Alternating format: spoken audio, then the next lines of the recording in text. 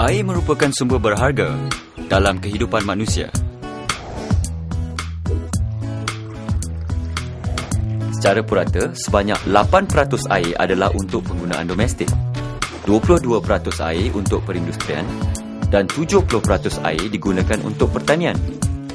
Pada tahun 2010, populasi dunia dicatatkan sebanyak 6.8 bilion dan jumlah ini dijangka akan meningkat 1.3% setiap tahun. Dunia kini bergelut dengan isu-isu melibatkan bekalan air bersih. Contohnya, isu pencemaran,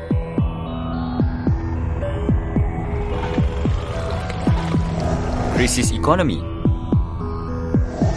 kemampuan kewangan negara-negara terlibat untuk menjana bekalan air bersih. Cuaca juga tidak menentu dan di luar jangkaan.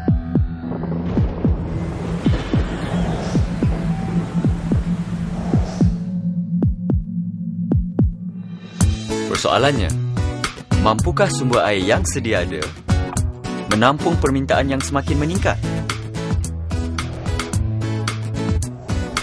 Malaysia bergantung kepada 150 lembangan sungai. Sungai-sungai ini menyumbang kepada 98% sumber air mentah negara. Air mentah ini perlu dirawat untuk mematuhi piawaian yang ditetapkan oleh Kementerian Kesihatan Malaysia dan Pertubuhan Kesihatan Sedunia. Pembekalan dan pengurusan bekalan air memerlukan kos perbelanjaan yang tinggi untuk infrastruktur, operasi dan penyelenggaraan sistem dari masa ke semasa. Apa yang pasti, pembinaan lebih banyak infrastruktur adalah satu kemestian bagi memenuhi keperluan jangka masa panjang. Secara amnya, tarif sedia ada belum memadai untuk menampung kos perbelanjaan yang tinggi.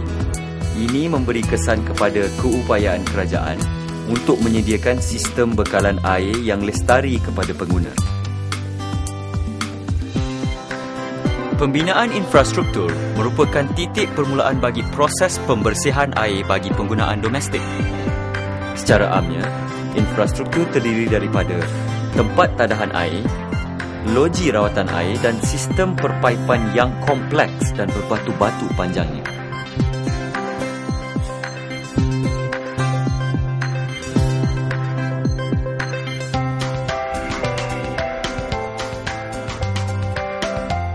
Air mentah dari empangan, sungai dan air bawah tanah disalurkan daripada tempat tadahan air ke loji rawatan.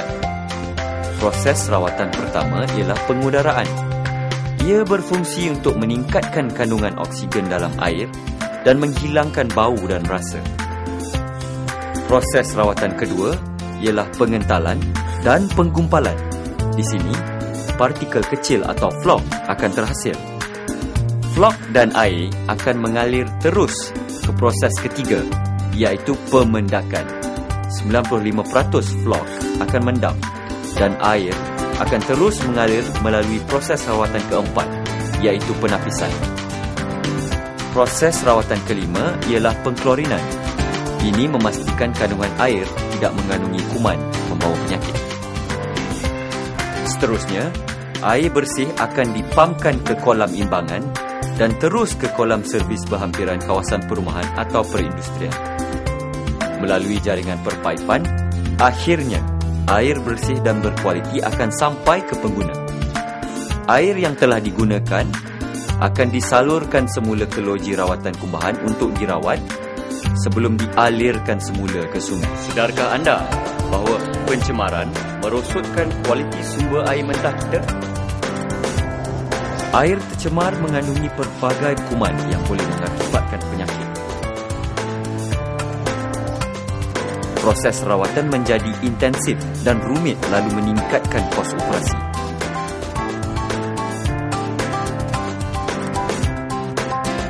Kesedaran memelihara sumber bekalan air dapat membantu mengawal peningkatan kos penyediaan bekalan air. Bersamalah kita memelihara sumber air agar bekalan air bersih kekal berterusan.